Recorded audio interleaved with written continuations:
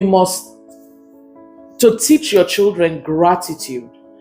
Sometimes they're that's why in school you have objective, you have theory, and you have practical in teaching. When you want to test, when you want to examine, when you want to, you know what I mean?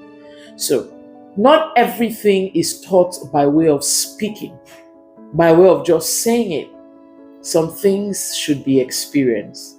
You cannot appreciate the light when you haven't experienced the darkness.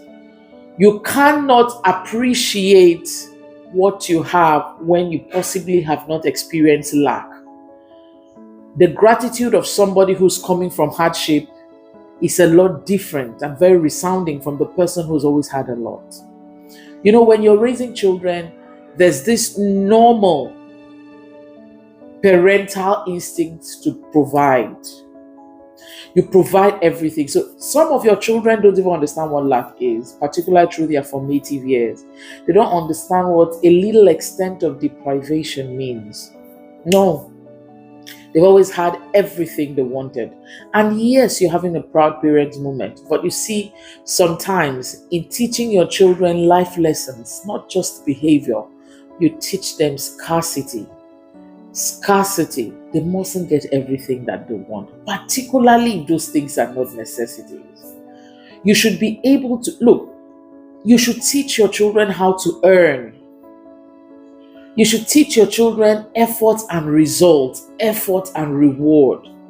You can't, they will not just know it. The assumption, I remember my son saying something to me, the assumption and the expectation that I should know when I haven't been taught. That boy, God bless him. We're having a conversation. Your children should learn scarcity.